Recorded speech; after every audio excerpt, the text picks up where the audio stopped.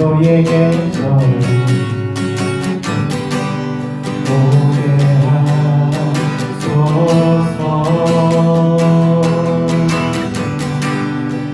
오게 하소서. 이 땅에 하나님의 나라가 이루어지게 하옵소서.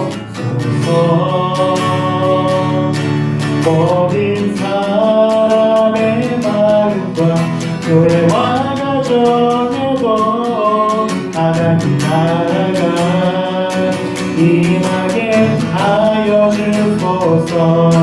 주의 청년들이 예수의 글을 들고 일루원에 환상을 보게 하소서. 한 손에 복을 들고 한 손에 사랑을 들고 온 땅을 성들이 나라 되게 하소서.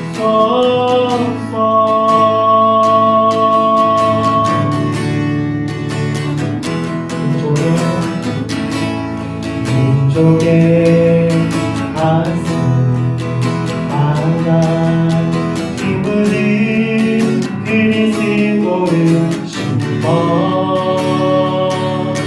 이 땅에 흐르고 흐른 그리스도의 계절이 오게 하소서.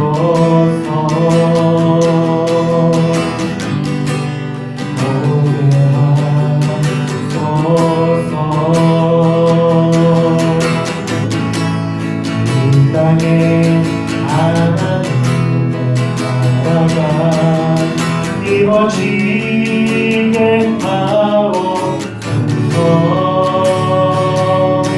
모든 사람의 마음과 교회와 가정에도 하나님 나라가 임하게 하여 주소서.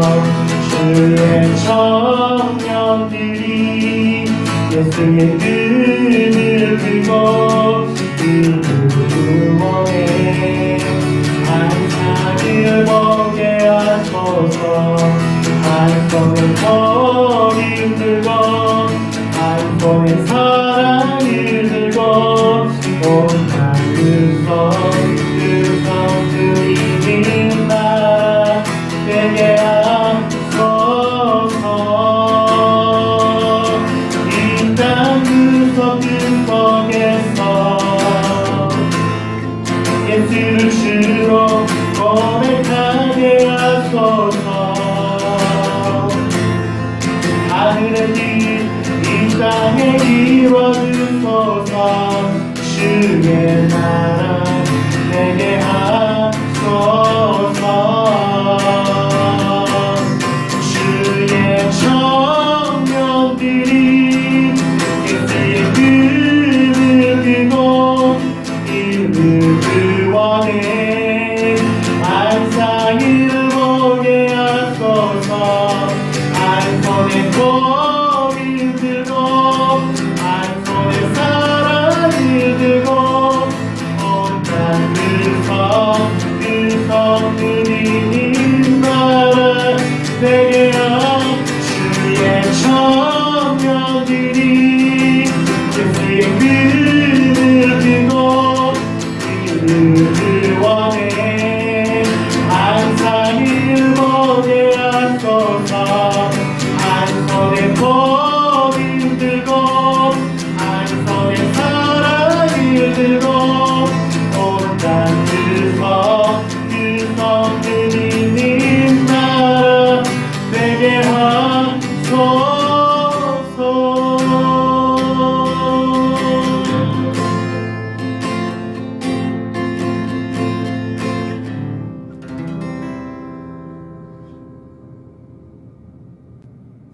함께 말씀 보겠습니다. 오늘 말씀은 마가복음 1장 14절부터 20절 말씀입니다. 마가복음 1장 14절부터 20절 말씀을 제가 봉독해 드리겠습니다. 요한이 잡힌 후 예수께서 갈릴리에 오셔서 하나님의 복음을 전파하여 이르시되 때가 찼고 하나님의 나라가 가까이 왔으니 회개하고 복음을 믿으라 하시더라. 갈릴리 해변으로 지나가시다가 시몬과 그 형제 안드레가 바다에 굼을 던지는 것을 보시니 그들은 어부라. 예수께서 이르시되 나를 따라오라. 내가 너희로 사람을 낚는 어부가 되게 하리라 하시니 곧 그물을 버려두고 따르니라. 조금 더 가시다가 세베대의 아들 야고보와 그 형제 요한을 보시니 그들도 배에 있어 그물을 깁는데 곧 부르시니 그 아버지 세베대를 품꾼들과 함께 배에 버려두고 예수를 따라가니라. 아멘. 사랑하는 청년 여러분, 계속 코로나가 또 계속되고 있고 한파가 계속되고 있습니다. 여러분의 가정과 건강과 또 생업에 늘 강건함의 은혜와 하나님의 보호하심의 은혜가 넘쳐날 수 있기를 간절히 소망합니다. 오늘 말씀은 예수님의 사역이라고 하는 제목으로 함께 말씀을 나누도록 하겠습니다. 오늘 우리가 읽은 본문인 마가복음 1장 14절부터 39절까지의 내용은 예수님의 공생애에 대한 요약입니다. 즉 예수님이 이 땅에 오셔서 십자가를 지시기 전까지 무엇을 하셨느냐라고 하는 것에 대한 대답이 바로 14절부터 39절까지인 것입니다. 예수님의 3년 동안의 공생애, 즉 세례 요한의 세례를 받으시고 십자가에 달려 돌아가실 때까지의 3년 동안의 공생애의 삶을 크게 4가지 사역으로 요약할 수 있는데 그것은 전도사역, 제자훈련사역, 치유사역, 그리고 중보사역입니다. 오늘 우리가 읽은 1장 14절부터 39절까지의 본문이 바로 이 예수님의 4가지 사역을 압축해 놓은 구절입니다. 그 구절의 내용을 간단히 살펴보면 14절부터 15절까지는 전도사역, 그리고 16절부터 20절은 제자를 부르시고 훈련하시는 장면, 그리고 21절부터 34절은 치유하시고 구제하시는 사역, 그리고 35절부터 39절은 기도하고 중보기도하는 사역을 말씀하고 있습니다. 이러한 예수님의 사역 중에서 오늘 우리가 나눌 말씀은 복음 증거하는 예수님의 사역과 제자 훈련 사역에 대한 말씀을 함께 나누려고 합니다. 먼저 우리가 살펴볼 예수님의 모습은 복음 증거자의 모습이라는 거예요. 14절 15절에 보면 예수님이 공생애를 시작하시면서 가장 먼저 했던 사역이 뭐냐면 바로 복음 증거 사역입니다. 이것의 의미는 가장 중요하고 큰 사역이 바로 복음을 증거하는 것이라는 거예요. 사실 예수님 그 자신이 복음입니다. 그래서 복음이 되어서 이 땅에 오셨어요. 그러나 예수님은 좀 더 구체적인 복음을 증거하실 필요가 있었습니다. 막연한 믿음이 아니라 구체적으로 믿음이 무엇인지를, 진짜 복음이 무엇인지를 증거하실 필요가 있었다는 겁니다. 예수님이 첫 사역으로 복음을 증거하게 된 당시 상황을 살펴보자면 14절에서 세례 요한이 잡히게 된 상황을 마가복음은 기록하고 있어요. 즉 예수님이 복음을 증거하시게 된 배경에는 세례 요한이 감옥에 갇힌 것이 배경이 되었다는 거예요. 세례 요한이 감옥에 갇힌 것이 왜 예수님이 복음을 전파해야 되는 사건이 되었냐면 당시 많은 사람들이 예수님이 아니라 세례 요한이 메시아일 것이다 라고 생각했기 때문입니다. 그러한 상황에서 세례 요한이 잡혔다, 감옥에 갇혔다 라고 하는 소식은 많은 사람들을 실망 가운데 있었고 좌절감 가운데에 놓여지게 됐습니다. 그리고 많은 이들이 세례 요한이 잡혔다는 얘기를 들었을 때 메시아를 포기하기 시작합니다. 메시아가 오시는 것이 우리 때가 아니다라고 스스로 생각하게 되었습니다. 낭망하는 상황 가운데 있었습니다. 그러한 상황에서 예수님이 다시 나타나서 그들에게 복음과 하나님 나라를 증거하기 시작합니다. 세례 요한으로 인해서 소망을 잃어버리고 절망에 처했던 백성들이 예수님의 복음 증거로 인해서 다시 소망이 생겨나기 시작한 거예요. 잃어버린 영혼들이 다시 하나님을 기대하기 시작했습니다.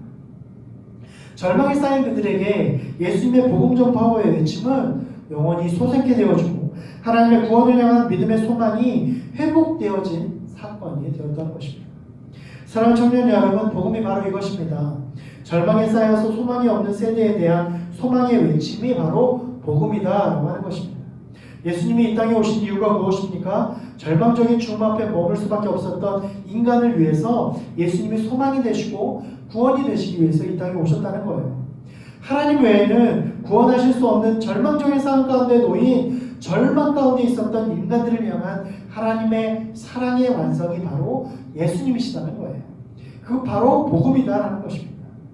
여러분, 이 마가복음을 읽었을 당시의 원독자들인 로마교회 성도들도 절망적인 상황 가운데 있었다는 것은 마찬가지입니다. 사도 베드로는 잡혀서 순교를 당했고요. 주위에 있는 성도들 하나 둘 끌려가 순교를 당하거나 배교를 합니다. 그리고 그들은 믿음에 대해서 포기하고 싶은 절망적인 상황 가운데 놓였습니다. 그런 상황에서 마가복음은 그 원독자들 로마 성도들에게 예수님만이 유일한 소망이고 구원자이시다라고 보여주면서 실망과 낙망 가운데 있는 상황에서 오히려 예수님의 복음으로 소망을 얻게 된다라는 사실을 지금 본문은 우리에게 보여주고 있는 것입니다. 초대교회 성도들이 들어야 됐던 그 복음, 그 진리, 그리고 지금 우리에게도 가장 중요한 진리가 바로 이것입니다. 오직 예수님만이 우리의 소망이고 우리는 구원이다라는 사실입니다. 여러분들도 이 진리를 절대로 잊지 마시길 바랍니다. 예수님 당시 예수님의 복음 선포로 인해서 위로받았던 당시 이스라엘 백성들처럼, 그리고 네로의 핍박 속에서도 예수님의 복음으로 위로받았던 초대교회 로마 성도들처럼 지금 이 암울하고 어려운 시기를 살고 있는 우리에게도 예수님의 복음이 위로가 되고 구원의 능력이 된다라는 사실을 믿으시길 바랍니다. 여러분, 그렇다라고 한다면 예수님이 전하셨던 복음은 무엇이었을까요? 우리가 복음이라고 말하면 단순히 죄에 대한 하나님의 용서의 메시지에 국한시키는 경향이 있습니다. 그것이 복음의 핵심이긴 하지만 그러나 전부를 아닙니다. 복음은 우리가 생각했던 것보다 훨씬 포괄적이고 광범위하고 실제적입니다. 즉 복음은 우리의 삶의 전반적인 영역에서 영향력을 끼치는 핵심 가치가 되어야 된다는 거예요.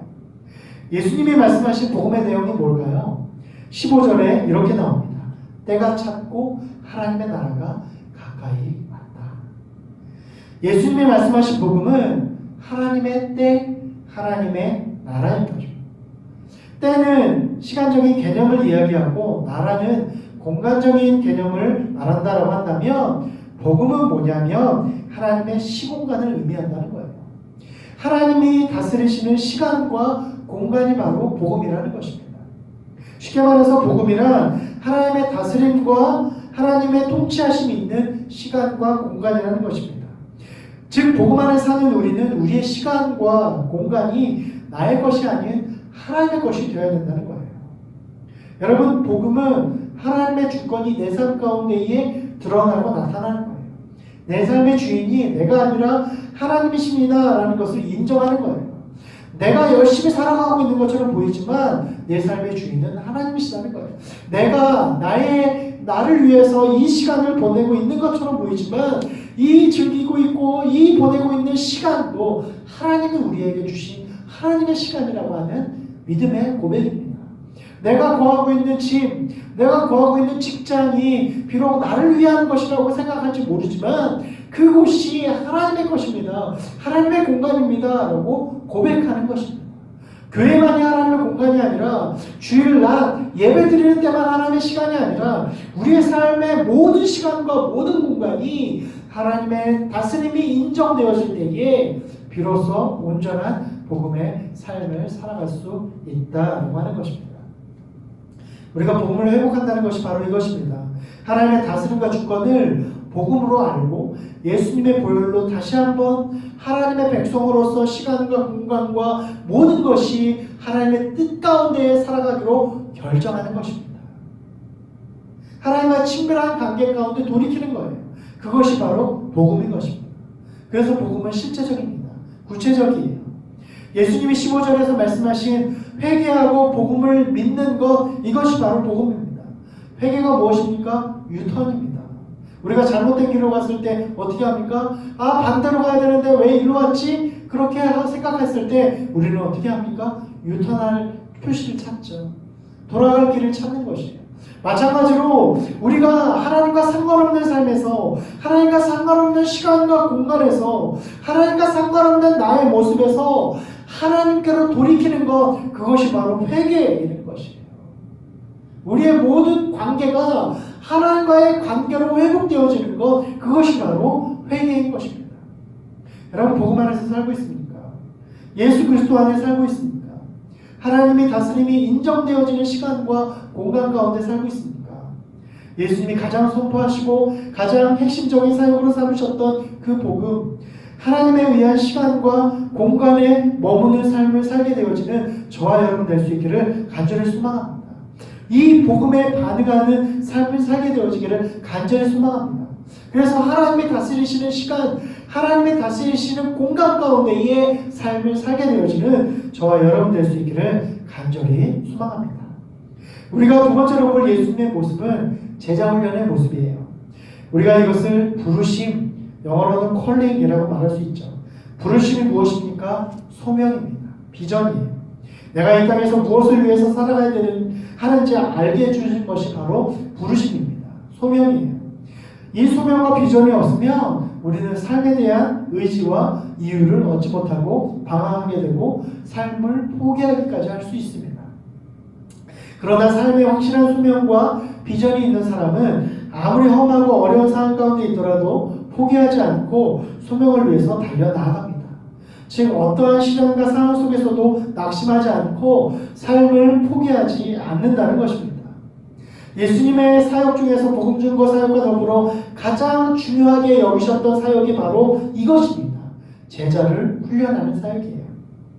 왜냐하면 그 복음의 완성인 십자가 사건과 부활 이후에 예수님의 복음을 증거할 소명은 바로 제자들에게 있기 때문입니다.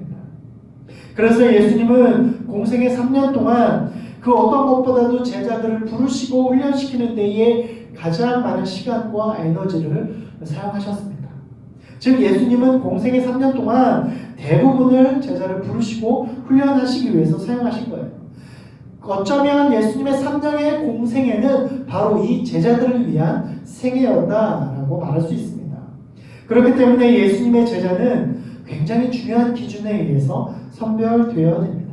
기본적인 자질이, 기본적인 소양이, 기본적인 지적 능력까지 갖추어야 예수님의 제자로서 구색이 맞추어져야 된다, 구색이 맞추어진다라고 생각합니다. 그런데 놀라운 사실은요, 예수님의 첫 제자가 베드로와 안드레, 무식한 어부였다는 거예요. 우리가 여기서 의문점이 됩니다. 예수님은 이들의 어떤 점 때문에 이런 무식하고 용감한 어부들을 제자 삼으셨을까? 훨씬 더 똑똑하고 탁월하고 존귀한 사람들로 제자를 삼으시는 것이 좀 더 효율적으로 사용을 할 수 있었을 텐데 왜 하필 어부들일까라고 우리가 생각하지 않을 수 없죠. 근데 여러분, 오늘 성경은요, 왜 예수님이 그들을 선택하셨는지에 대한 이유가 나오지 않아요. 어느 구절을 찾아봐도 왜 예수님의 첫 제자로서 이 어부들을 선택했는지 이유가 나오지 않습니다. 단지 너희는 사랑 낚는 어부가 될 것이다 라고 말씀하셨다는 거예요. 즉 그들을 부르신 이유가 그들을 훈련시키셔서 사람을 세우고 사람을 하나님의 나라로 인도하는 사명을 주셨다는 거예요. 그런데 이들이 어떤 자격 때문에 그렇게 예수님의 제자가 되었는지는 나오지 않았다는 거예요. 그럼 여기서 우리가 알 수 있는 사실은 뭘까요? 성경이 말씀하지 않는 것은 우리가 굳이 알 필요 없다는 거예요. 즉 성경은 예수님이 왜 어부들을 제자로 불렀느냐를 별로 중요하게 생각하지 않는다는 거예요. 이 성경이 중요하게 생각한 건 예수님이 그들을 제자로 부르셨을 때 그들이 그 즉시 순종하고 응답했다는 거예요. 그것이 성경은 더 중요한 가치로 여긴 것입니다. 여기서 우리는 상식을 뛰어넘는 믿음의 섭리를 발견합니다. 예수님의 제자가 되기 위해서 필요한 것이 뭐다? 예수님의 부르심밖에 없다는 거예요. 우리의 교육 수준, 대학 자격증, 어떤 자격증이 필요한 것이 아니라 예수님의 부르신 그 한 개만이 예수님의 제자가 되는 자격이 되는 조건이 된다는 것입니다. 예수님이 이들을 제자로 부르신 것은, 그리고 나를 제자로 부르신 것은 이들이 능력이 많기 때문이나 내가 능력이 많기 때문이 아니라는 거예요. 내가 능력이 많거나 자격이 있어서가 아니라는 것입니다. 심지어 베드로와 안드레 같은 무식한 자라도 예수님이 부르시는 것처럼 우리도 탁월한 능력이 있어서 예수님의 부르심을 얻고 은혜를 받는 것이 아니라는 것입니다. 이들이 예수님의 제자가 된 유일한 이유는 예수님의 부르심에 응답했다라는 것 한 가지뿐이에요. 여러분, 하나님은 스펙이 좋다고 쓰시고 무식하다고 안 쓰시는 분이 아닙니다. 오히려 스펙 좋은 사람만 찾아서 제자로 삼으셨다고 한다면 그것은 하나님의 능력을 제한하는 것입니다. 아, 예수님은 능력 많은 사람만 사용할 수 있는 그런 능력이 있는 사람인가에 그런 신인가 보네 라고 생각할 수 있죠. 그러나 예수님은 능력 많은 신이가 아니라 예수님의 부르심에 순종한 이들을 통해서 놀라운 일들을 이루어 주셨다라고 하는 것입니다. 하나님은 제한이 없으신 분이십니다. 전지전능하신 분이에요.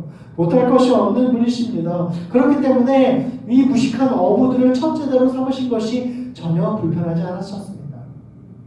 베드로와 안드레를 제자로 삼으신 것은 예수님이 그들을 필요로 하셨기 때문입니다. 우리가 예수님의 부르심을 얻고 하나님의 청년이 된 것은 예수님의 놀라운 제자가 된 것은 우리의 그 어떤 때문이 아니라 예수님이 우리를 부르시고 필요로 하셨기 때문입니다. 우리가 능력이 많아서가 아니에요. 우리가 자격이 있어서가 아닙니다. 우리가 사랑이 많고 자격이 있기 때문에 하나님의 성도가 된 것이 아닙니다.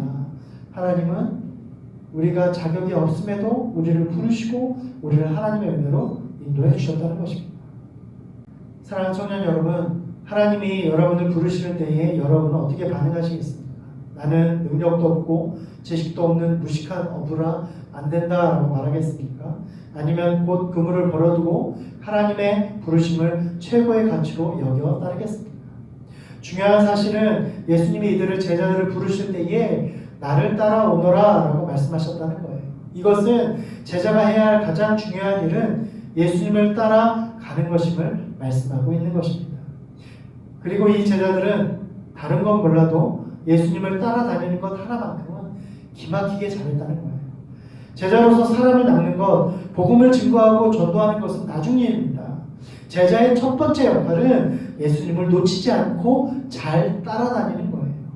제자는 예수님을 온전히 쫓아가는 사람이고 적어도 예수님을 따라가는 것 하나만큼은 자신 있는 사람임을 기억하길 바랍니다. 다른 능력보다도 예수님을 쫓아다니는 것, 예수님을 따라다니는 것, 그것이 제자로서 가장 중요한 자격이고 능력이 되어야 된다는 것입니다. 사랑하는 청년 여러분, 여러분 제자로 살아가고 있습니까? 여러분, 우리 모두 예수님을 잘 따라가고 쫓아가는 예수님의 온전한 제자가 될 수 있기를 간절히 소망합니다. 그래서 예수님이 우리를 필요로 하실 때에 나의 능력 없음으로 거절하는 어리석음을 범하지 않고 오히려 능력 없는 나를 부르신 하나님의 부르심에 감사하고 오직 예수님만을 잘 따라다니는 온전한 제자로서의 삶을 살 수 있는 사랑하는 청년들 될 수 있기를 간절히 소망합니다. 기도하시겠습니다. 하나님 감사합니다. 오늘 또 우리 사랑하는 청년들과 함께 또 영상으로 예배할 수 있도록 인도하시며 감사합니다.